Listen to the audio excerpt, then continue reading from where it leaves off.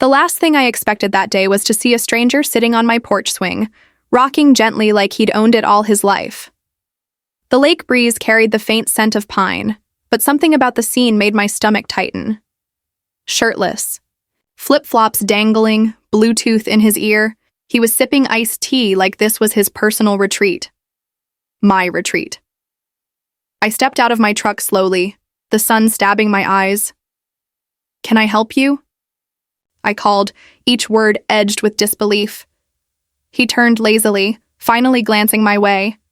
"You must be the neighbor. I'm Travis. This is my place now." My blood went cold. My boots scraped the gravel as I closed the gap between us. "No, sir. This cabin's mine. Been in my family since 1982. I suggest you get off that swing before we have a problem." He chuckled. Actually chuckled. Rising to his feet, he leaned casually on the porch rail. HOA president told me it was reassigned. Said it was abandoned and unclaimed. My mom handled the paperwork. "Your mom?" I repeated, already knowing where this was headed. That's when it hit me. Travis, Karen's son, HOA Karen. It wasn't just shock that rattled me. It was the sight of that swing beneath him, the swing my grandfather built with his own hands, the one that had held decades of Sunday mornings and summer evenings. The pines around the porch? I'd planted them when I was 12, and now this smug, sunburned surfer boy was claiming the whole thing like I'd never existed. I didn't argue. I turned, walked back to my truck, and drove 2 blocks up the road. My hands didn't shake on the wheel, but my chest felt like a steel drum. Near the edge of the HOA office building, I parked, dialed a number, and ordered fencing supplies. 3 hours later, a delivery truck pulled up with 2 helpers and a silent promise in my chest. If they wanted to mess with my boundaries, I'd rebuild every single one of them. The first steel post went in just before sunset. The fence wasn't just wrapping my cabin. It was extending straight from my property line, slicing through the road, and running flush against the side of the HOA office. When Karen herself stepped out to investigate the clanging, the post was already buried in her prized tulip bed, her face flushed crimson. "What do you think you're doing?" I smiled. "I'm fencing in what's mine." "You can't block our headquarters," she snapped, pointing toward the office wall. I pulled a rolled blueprint from under my arm, the one I'd filed with the county 2 years ago. "Actually," I said evenly, "I can." Her jaw tightened, but before she could spit out another word, the auger roared to life, and the post driver slammed another steel spike into the earth, rattling the HOAs. "Cheap siding. You'll regret this, Mr. Palmer," she hissed. I didn't flinch. I watched her storm off and whispered to the dust she kicked up, "No, Karen. You will. But you can't understand this fight unless you know where it started." My name's Mark Palmer, born and raised in Columbia Falls, Montana. I'm 55, retired from a life in the forestry service. My dad bought this cabin in '82 with his sawmill savings. It's not a palace, just 2 acres, a small dock, and walls lined with tools, carvings, and pencil notes left by 3 generations of grandkids. After Dad passed, the cabin became my escape, my quiet place when the rest of the world demanded too much. 2 years ago, a homeowners association formed around the lake. They said it was to preserve property values. I didn't think much of it. I'm not against a little order, but I soon learned what happens when power lands in the wrong hands.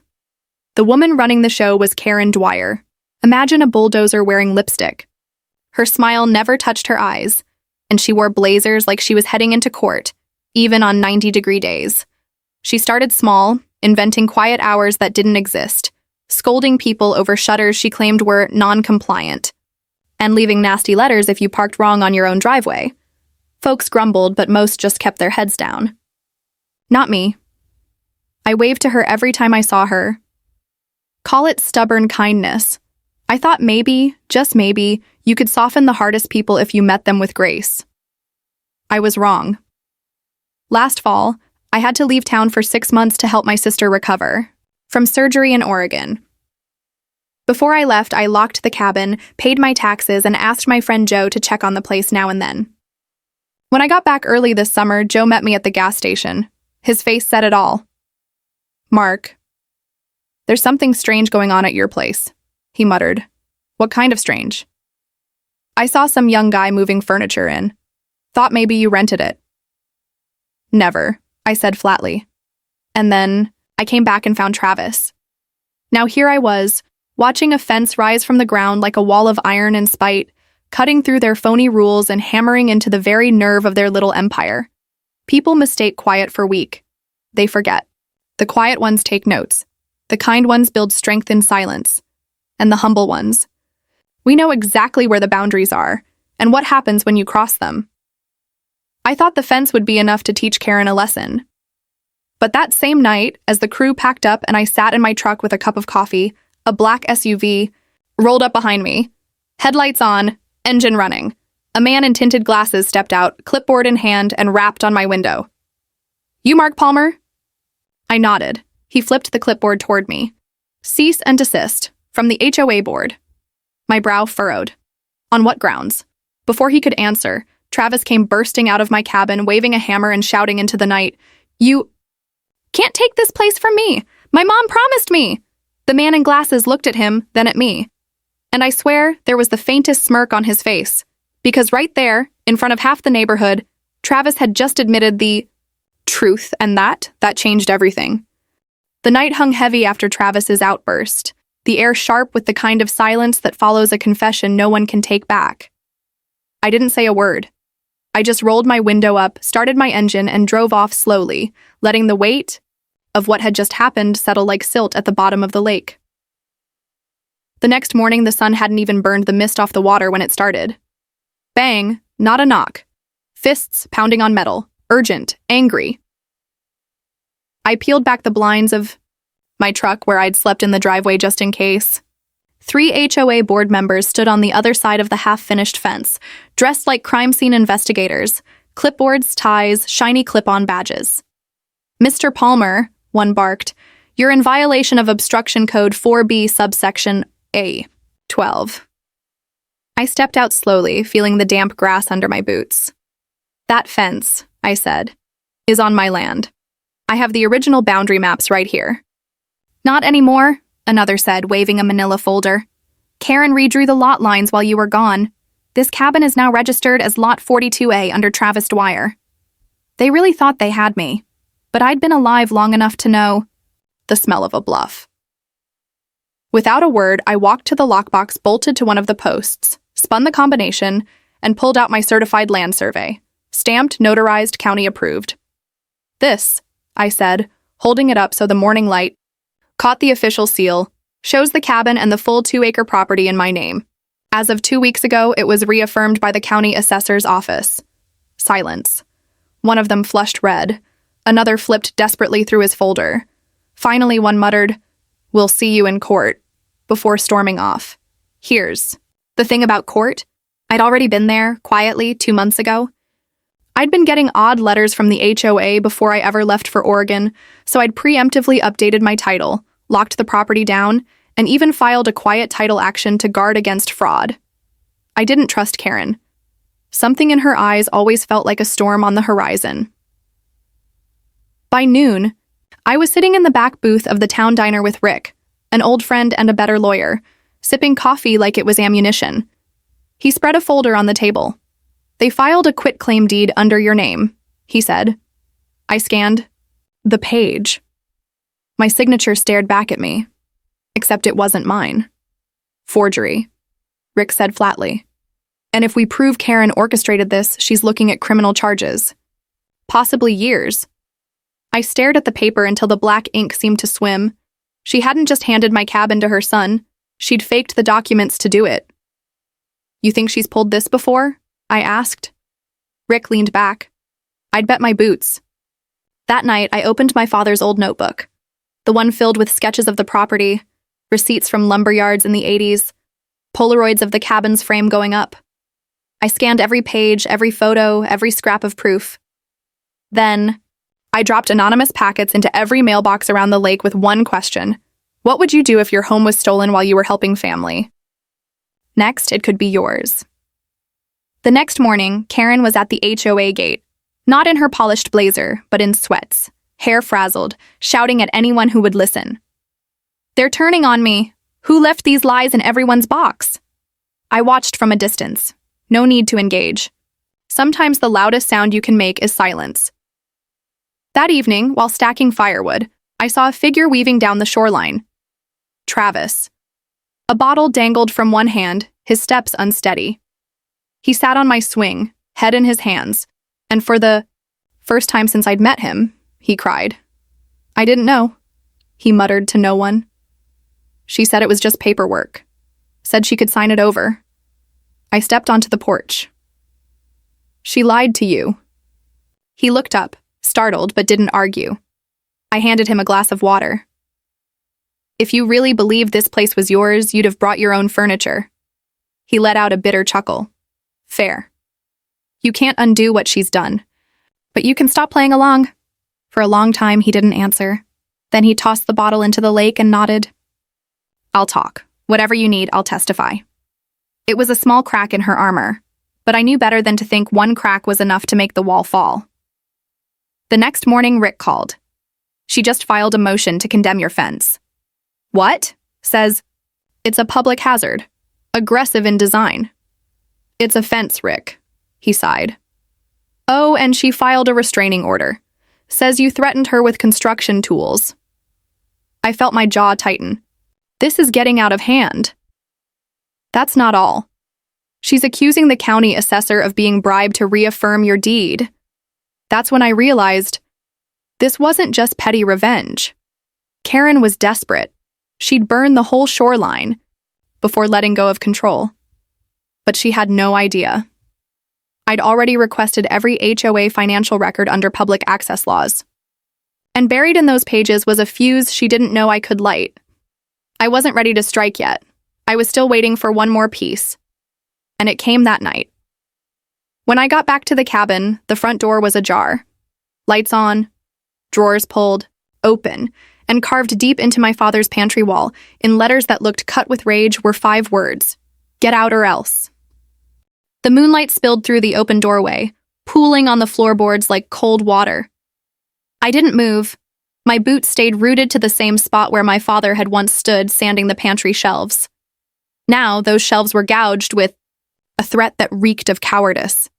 "Get out or else." I stepped inside slowly, every creak of the floorboard sounding louder than it should. Bedroom drawers yanked out, kitchen knives missing, papers scattered like autumn leaves in a storm. And then I saw it.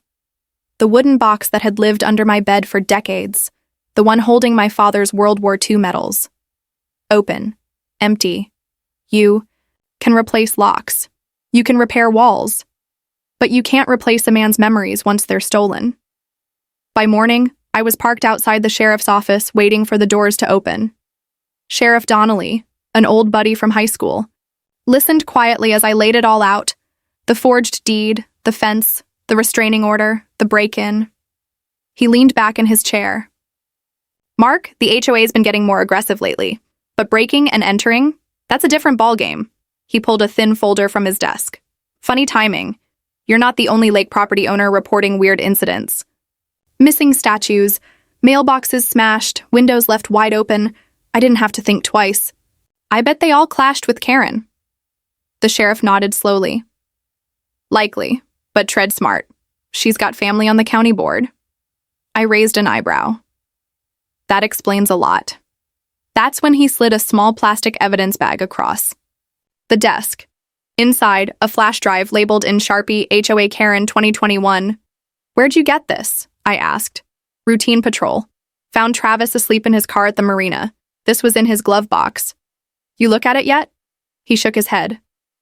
"Not without a warrant." "But you're not law enforcement." I didn't say a word. I just took the bag and left. Back at the cabin, I locked the door, drew the curtains, and plugged the drive into my old laptop. It was all there. Receipts, forged documents, HOA payments. To companies that didn't exist. One file caught my eye. Lakeview Legal Consultants. The bank records showed it was a tanning salon 2 towns over. Fraud. Clear as day. But I didn't rush to the sheriff or the press. I went to the people. By Saturday, 60 neighbors gathered at the common area for what I called a potluck. Burgers. On the grill. Deviled eggs. Old Miss Nancy rolled in with cornbread. Laughter mixed with the sound of lake water lapping against the dock. When the sun dipped low, I stepped forward, a folder in hand. "Neighbors," I said. "I wasn't planning to speak tonight, but there's something you need to see." Karen stepped out of the HOA office, arms folded, eyes locked on me. I held up the documents. "This is proof your HOA's been stealing from you." Gasps, murmurs. "That's a lie," Karen barked from the back. I handed the first page to a neighbor in the front row, a receipt for $12,000 in shoreline repairs paid to a business that didn't exist. I didn't raise my voice. I just let the papers pass from hand to hand, and then it happened. The quiet ones spoke. Jeremy, the fisherman, stood. I voted for her 3 times, helped her move her fence. But this is stealing. Another voice. She fined me for a birdhouse. Another. She threatened to tow my car while I was sick in bed. The dam broke. The crowd turned, eyes narrowing on the woman who had ruled them with letters and fines. Karen didn't argue. She ran, slammed the HOA office door. It should have felt like a victory.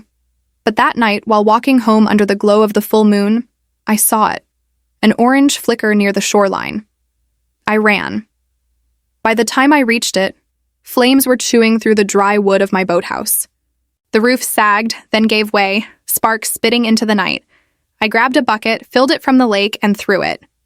Worthless. Neighbors came running. Someone called the fire department. By the time the trucks arrived, there was nothing left but blackened beams floating in the shallows.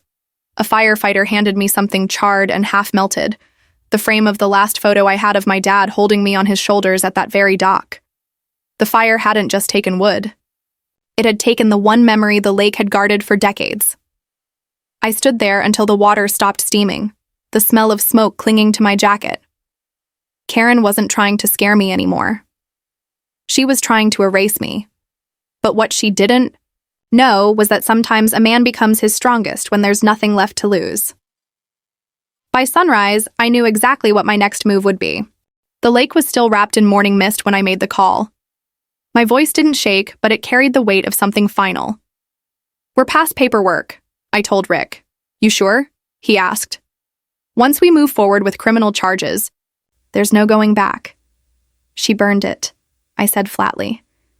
"She burned my history." He didn't say another word. "I'll file the motion by noon." When I hung up, I called Travis. He picked up on the second ring. His voice was rough, like he hadn't slept. "She torched my boathouse," I said. "You still want to make this right?" Silence. Then, "I'll meet you in 30 minutes, at the sheriff's station." When I walked in, Travis was already there, arms folded, pale and jittery. No bravado this time, no smirk. Just a man who looked like he'd finally seen the damage he'd been part of. Sheriff Donnelly turned on the recorder. "Whenever you're ready." Travis cleared his throat. "She bragged about using HOA money to secure the lakefront's future. She forged deed transfers with an old notary stamp she never returned. Promised me the cabin if I kept up appearances and made the old man." He glanced at me. "Leave." Quietly. She never said to burn anything, but she said to make it hard for him to stay. I think someone took it too far. The sheriff's pen scratched across the page. "That's enough to open a formal investigation. And Travis, if you're willing to sign an affidavit, you may avoid charges." Travis nodded slowly. "I just want to fix this." It was strange, sitting across from the same man I'd found lounging on my swing, iced tea in hand, now helping me dismantle the woman who'd given him the keys. When I left the station, I didn't go home. I drove to the hardware store, bought 2 large tarps, and went back to the ruins of the boathouse. I couldn't rebuild yet, but I wasn't going to leave it looking like a grave. As I knelt at the dock, hammering the tarp into place, I felt eyes on me. Miss Nancy from the east side, 82 years old, sharp as a tack, stood at the edge of my property. Wide brim hat, floral coat, leaning on her walker. "I remember when your daddy built that." "Doc," she said softly. "Let my boys fish off it while he read the paper." I smiled weakly. She reached into her purse and pulled out a faded photograph. "He gave this to my late husband after he helped pour the concrete base." It was my father, shirtless in the summer sun, grinning like a man who'd built his own piece of heaven. I didn't realize I'd started crying until she touched my shoulder. "Karen can't burn what's planted in people's hearts," she said. "You remember that." That night, I sent an email to every HOA member, over 140 addresses, attaching scanned copies of the evidence Travis gave me, plus the files from the flash drive. One question in bold: "Is this who we want representing our community?" I didn't sleep. By morning, my inbox was flooded. Shock, anger, apologies from people who'd supported her, and one email after another demanding an emergency vote to remove Karen as president. By noon, the petition had over 100 signatures. Karen didn't take it quietly. She locked the HOA office doors, claimed the building was under audit, and filed a countersuit against me for defamation, unlawful fencing, and digital theft. Rick laughed when he read it. "She's flailing, she can't win, but she'll try to bury you in court dates." "I don't care," I told him. "Let her dig. I've got shovels of my own." But the tension didn't stop. 3 nights later, I woke to find my truck sitting on 4 slashed tires, a dead squirrel nailed to my fence post, a note in its mouth.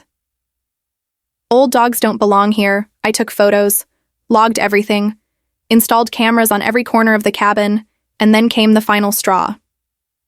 On a quiet Sunday morning, I walked the back trail behind the HOA office. A small garden shed stood there, padlock hanging open. Inside, piles of unshredded files, gas bills sent to fake addresses, reimbursements to names that didn't exist, checks with Karen's name written twice, once as payee, once as authorizing officer, and one document that stopped my heart: HOA expansion plan, phase 3. She wasn't just stealing. She was planning to seize more cabins, labeling them abandoned or non-compliant so she could reassign them. Mine had been a test run. If we hadn't fought back, the whole lakefront would have been swallowed by the end of the year. Took photos of every page, sent them to Rick and the sheriff, and then called the local news. When the 6 p.m. segment aired, "Lakeview HOA president under investigation for fraud and property theft." Karen's face was pixelated, but her voice shouting at the reporter was unmistakable. The last clip wasn't her, though.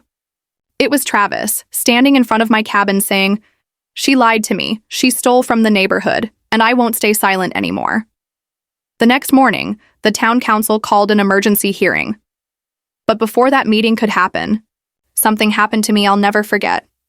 I came home to find the fence I'd built, my fence, gone, posts uprooted, iron slats tossed into the lake, and pinned to my front door with a hunting knife was a single sheet of paper. "Back off. This is your last warning." I pulled the knife from the wood. It wasn't just a threat, it was fear, and fear in people like Karen means one thing: someone knows they're losing. The knife was still vibrating in the doorframe when I pulled it free. Its weight felt cold, deliberate, the kind of warning you leave when you've run out of control but still want to pretend you have some.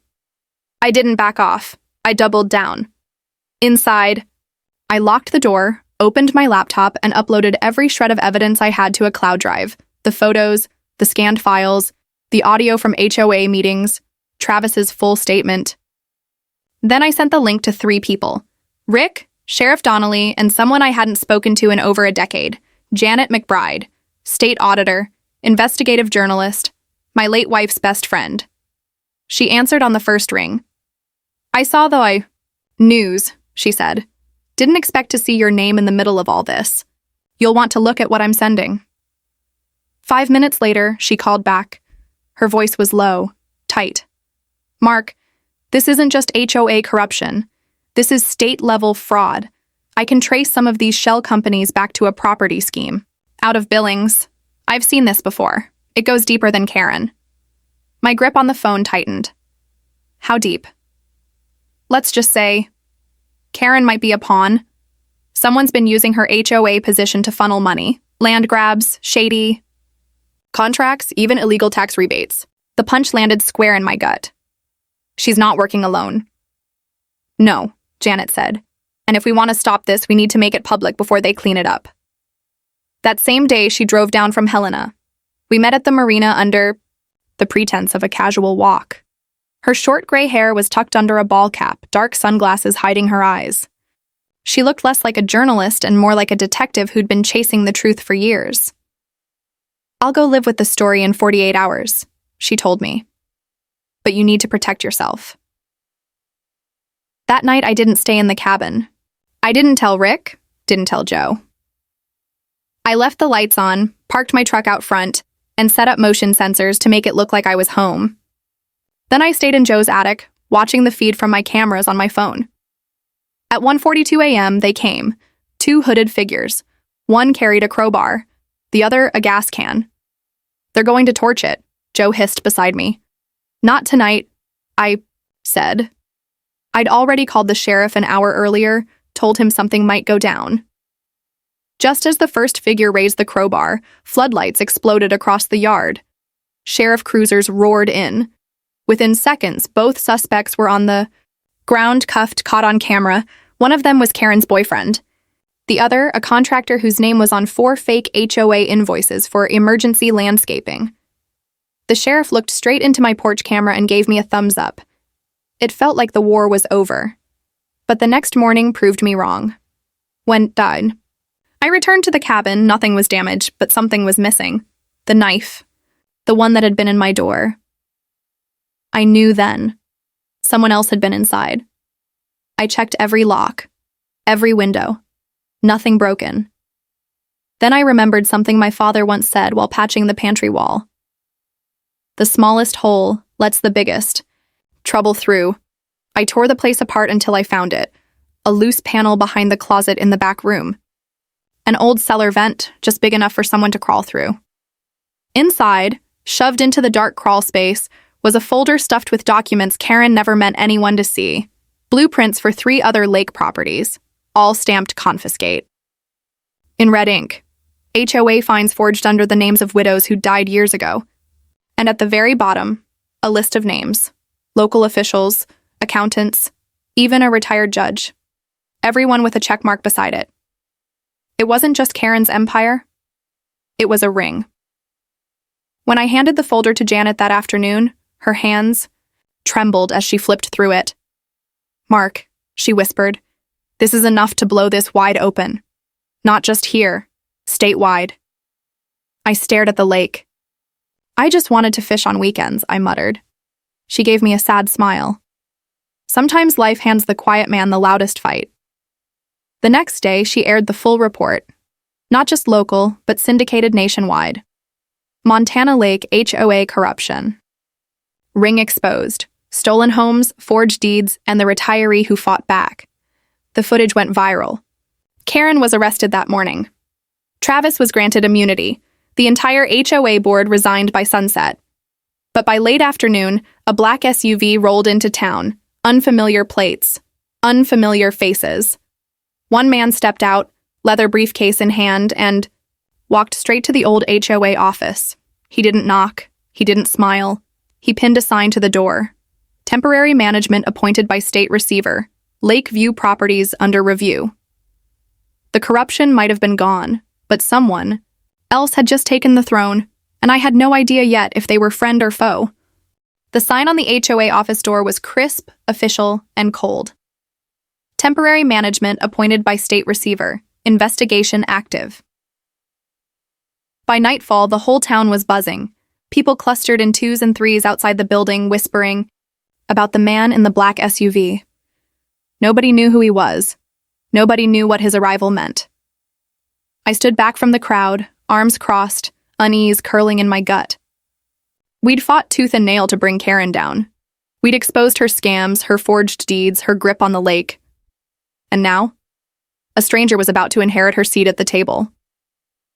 That evening, I sat on my rebuilt porch with Rick, iced tea sweating, in our glasses. "They always bring in a state receiver after something this big," he explained. "Supposed to be neutral, audit the books, clean house." I stared out at the pines. Neutral doesn't always mean helpful.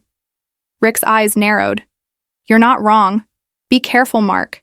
You made a lot of enemies shaking this tree, the pie. Next morning, the black SUV returned. The driver stepped out, tall, sharp suit, sharper eyes. He introduced himself as Mr. Holt, a governance compliance officer from Helena. His gaze swept the crowd like he was reading a list only he could. See. That afternoon, he called a community meeting. I arrived early, took a seat in the back. Holt stood at the front of the room, voice calm but heavy, like a judge about to hand down a sentence. There has been a breakdown in fiduciary trust here in Lakeview, he began. I have been assigned to freeze all HOA activity until a legal and ethical framework can be reinstated. The room broke into applause. Holt didn't smile. During this period, he continued, no building permits, no assessments, no fines, and no property transfers are to occur without my written approval. If you act outside of this, you may be prosecuted. The applause died. Then he said it. I will also be reviewing every property deed in the association, including those previously disputed or transferred in the past 3 years. My chest tightened. That meant my cabin was back under the microscope. I raised my hand. Do you have access to the documents from the ongoing investigation? Yes. And you saw my ownership reaffirmed by both the court and the county? I did. So why re-review something already ruled on? His eyes were cold, calculating. To ensure there was no bias, bribery, or procedural error in the judgment. I clenched my jaw. This wasn't justice. This was control. That night, I called Janet. She wasn't surprised. Some of these receivers are clean, she said. Others just wolves in new wool. I'll dig into his background. I didn't wait for her report. I started digging myself. It didn't take long. Public contracts, state appointments, corporate filings, and there it was. Before his state job, Holt had worked for a private land development firm specializing in converting lakefront communities into luxury resorts. 3 guesses who paid him. I printed everything and took it to Rick. He scanned the pages, lips tight. If this is true, they're not here to fix the HOA, they're here to take the whole lake. That night, my cabin windows shattered. Not from rocks, from a brick, wrapped in paper. Stop asking questions. The fear was back. Not the kind that makes you hide, the kind that makes you sharpen your tools. The next day, Travis showed up at my door with a letter in hand. It came from my mom, he said quietly. Inside was a typed note from Golden Pine Developments, thanking Karen for her prior efforts in transitional property arrangements and promising to reopen talks once the dust settled. She'd been working a deal. Holt was her cleanup crew. By dawn, I was on the phone with the same fencing crew that had helped me before. Same foreman, same no-nonsense tone. I handed him a new blueprint. Go wide, down the edge of Lot 17. Wrap, around the HOA building. Don't stop until you hit the north irrigation channel. He raised an eyebrow. You know this is going to ruffle feathers, right? I smiled. Good. Let them fly. This wasn't just about my cabin anymore. This was for every neighbor fined for a garden gnome. Every retiree who paid for phantom maintenance. Every threat, every letter, every sleepless night. Rick arrived with fresh copies of the revised property boundaries. He pointed to a red circle on the map. Based on your father's original purchase and the court reconfirmation, this section includes the road to the HOA office. You own it. You're saying I can block their access? He nodded. Fence them in. Cut utilities if you want. And Holt knows it. By mid-afternoon, the steel posts were in place. Jet black, tall, industrial. The gate locked from my side. When Holt realized what I'd done, he stormed to the gate, fists gripping the chain link. Mr. Palmer, this is illegal. You can't do this. I stepped forward, hands in my pockets. You came for my cabin. You came for my name. Then you tried to push me out of a home I legally own. This is obstruction of state operations. He barked. No, I said calmly. This is private land. And until a court says otherwise, you're a guest in my yard. Phones were recording. Neighbors were cheering. News vans were already on their way. And deep down, I knew this was the moment the fight stopped being just mine. By the time the evening news aired, the clip was everywhere. Retired forester fences in state appointee. The footage showed Holt yanking at the locked gate, neighbors laughing in the background, my voice calm as I told him he was a guest on my land. It wasn't just a story anymore. It was a spectacle. And spectacles get attention. The next morning, Janet called. "Mark, you might want to sit down." I was already on the porch, coffee in hand, watching Holt's shiny SUV sit trapped inside my fence like a trophy. "Go ahead," I said. "I've got the last piece. A leaked memo from Golden Pine Developments dated 6 months ago. It thanks Holt for clearing the path for future development rights in Lakeview and offers him a 6-figure consulting bonus once the transition is complete." I froze. "So he's not just a wolf in new wool, he's on payroll." "That's right," she said. "And once this is public, he's finished." By noon, Janet's full segment aired nationwide. 15 minutes of footage that laid it all bare. The forged deeds, the fake invoices, the shady expansion plan, and finally, the leaked memo with Holt's name in bold. They showed my fence, my cabin, the charred remains of my boathouse. They even played the clip of Travis saying into a microphone, "She lied to me. She stole from the neighborhood, and I won't stay silent anymore." By 3 p.m., the governor's office had issued a statement. Effective immediately, Mr. Holt is suspended pending investigation. 2 hours later, I watched as state police escorted him out from behind my fence. The gate opened once, for him to leave, and locked shut again.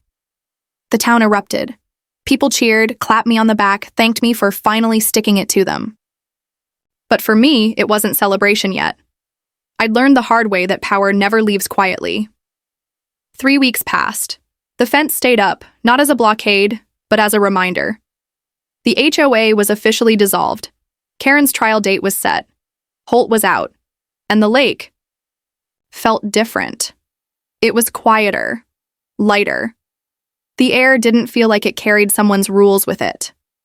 One morning, as I was fitting new boards into the frame of my boathouse, I heard footsteps behind me. I turned to see a small group of neighbors, carrying lumber, hammers, nails. They didn't say much. They just started working beside me. Even little Abigail from Lot 9 brought a jug of lemonade and paper cups. By sundown, the frame stood solid. Someone handed me a package, a restored print of the photo Miss Nancy had given me. My father, shirtless in the summer sun, grinning like the world was simple and good. "This belongs back here," she said, pointing to the center beam. When we hung it, I felt something in my chest loosen. The smoke couldn't touch it now. But just as I started thinking peace had finally found its way back to the lake, I saw it. A black SUV, rolling slow into town. Not Holt's. Not one I recognized. It pulled up in front of the old HOA office. 2 men stepped out. One held a leather briefcase, the other a clipboard. They didn't look around, didn't greet anyone. They walked straight to the door and pinned up a new sign. "Property under review. Transitional management in progress." My stomach dropped. We'd cut the head off the snake, but the body was still moving. That evening, Rick came over. "These guys are from the state receiver's office," he said. "Temporary oversight. Could be harmless." I shook my head. "Or it could be another Holt." He sighed. "Either way, you're not the guy they want to tangle with twice." Maybe he was right, or maybe they just hadn't learned. The new sign on the HOA office door stared at me every time I walked by. "Property under review. Transitional management in progress." It was cleaner than Karen's old notices, but it carried the same stench of control. For a week, I watched the new men come and go. They never spoke to the neighbors, never knocked on doors, just shuffled papers inside that building like they were rewriting the lake's future one signature at a time. I didn't like it. Then Travis showed up again. This time there was no awkward smile, no hesitation. He handed me an envelope. "I thought you should see this," he said. Inside was a letter from Golden Pine Developments, the same company tied to Karen and Holt. It thanked Karen for her previous assistance and expressed interest in resuming conversations with the appointed oversight body when the environment was favorable. Appointed oversight body, I repeated aloud. They mean the new guys, Travis said. It clicked. Holt was gone, but the playbook was still in motion. They were just swapping pieces. By sunrise the next day, the sound of diesel engines broke the stillness. The same fencing crew that had helped me twice before rolled in. I handed the foreman a new blueprint, bigger than any before. Go wide, I said. Straight down the edge of Lot 17, wrap around the HOA building, and keep going until you hit the north irrigation channel. I want that building inside my perimeter by sundown. He raised an eyebrow. You know this is going to ruffle feathers, right? I smiled. Good. Let them fly. By midday, the steel posts were planted deep in the earth, the gate locked from my side. The old HOA office, now the so-called oversight headquarters, sat squarely inside my fence. An hour later, one of the new men stormed to the gate. Mr. Palmer, this is obstruction. You can't do this. Yes, I can, I said calmly. Private land, you're on it. Until a court tells me otherwise, you're my guest. This is interference with state functions. No, I said. This is protection of community property, and last I checked, the community doesn't trust you. Phones were out. Neighbors filmed. And when the evening news aired, the footage showed a sea of people behind me, cheering. But that wasn't the final blow. The next morning, Janet called with a voice that told me she'd been up all night. Mark, I got it. Internal emails from Golden Pine, thanking the new management team for keeping the Lakeview project alive. Same promises, same bonuses, different faces. By noon, it was public. The leak hit every news station in the state. By 3 p.m., the oversight body was escorted out by state police, same as Holt. The gate opened once for them to leave, and it didn't open again. 3 weeks later, the state officially dissolved Lakeview's HOA.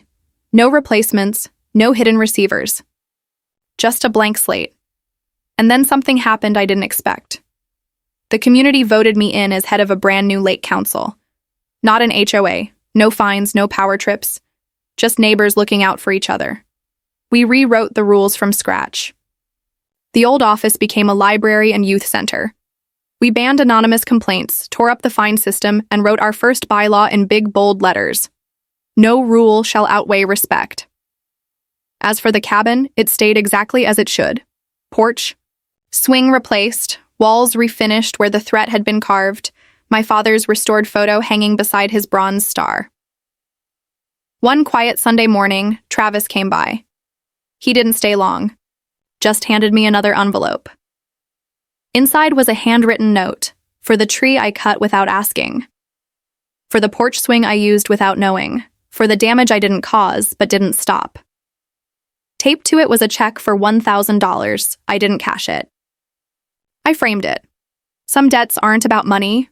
They're about finally seeing the line you crossed and stepping back over to the right side. Sometimes that's enough. So if you're listening to this from a small town, or maybe you live under a petty HOA president who thinks rules are weapons, remember this. You can be kind and still fight back. You can plant fences that don't just protect your land, but protect your dignity. And if anyone ever tries to erase your roots, you build taller, wider, stronger, even if it means wrapping a fence all the way around their throne. Because this is my home. And no Karen, not then, not now, not ever, will take it from me again.